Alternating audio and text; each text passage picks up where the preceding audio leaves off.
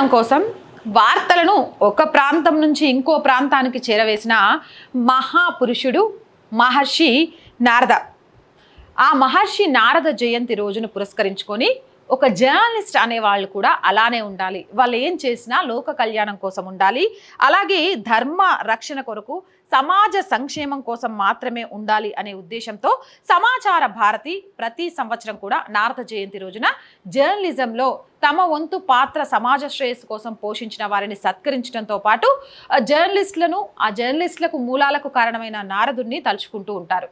ఈసారి ఆ కార్యక్రమాన్ని మే 10వ తారీఖున నిర్వహించడం జరుగుతోంది. సమాచార భారతి ఆధ్వర్యంలో నారద జయంతి కార్యక్రమాలు ఉదయం 10 గంటలకు వీర సావర్కర్ హాల్, YMIS కోటి, భాగ్యనగర్ నుంచి ప్రారంభం కానున్నాయి. దీంట్లో సీనియర్ పాత్రికేయులు శ్రీ గండ్ల సంపత్ గారితో పాటు మరొక సీనియర్ పాత్రికేయులు శ్రీ కొరేడి మహేష్, అలాగే సభాధ్యక్షులుగా ప్రొఫెసర్ జి గోపాల్ రెడ్డి, ముఖ్య అతిథులుగా Shri CHV Sai Prasad IAS retired, అలాగే విశిష్ట అతిథిగా డాక్టర్ సి ఉమామహేశ్వరరావు గారు IAS రిటైర్ గారు పాల్గొనున్నారు.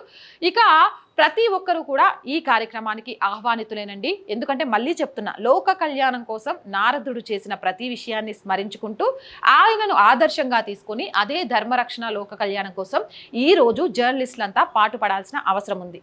దానికి కావాల్సిన మెలకువలు, ఆచరించిన వ్యవహారాలు, అలాగే ఆచరించి అందులో విజయం సాధించిన కొందరు పాత్రికేయుల్ని కలవడంతో పాటు ఎన్నెన్నో మంచి విషయాల్ని తెలుసుకోవాలి. మరి తెలుసుకోవాలంటే మే 10వ తారీఖున శనివారం ఉదయం 10 గంటలకు వీర సావర్కర్ హాల్, YMIS కోటి, భాగ్యనగర్లో మనందరం కలుసుకుందాం. నేను వస్తున్నాను, మరి మీరు వస్తున్నారా?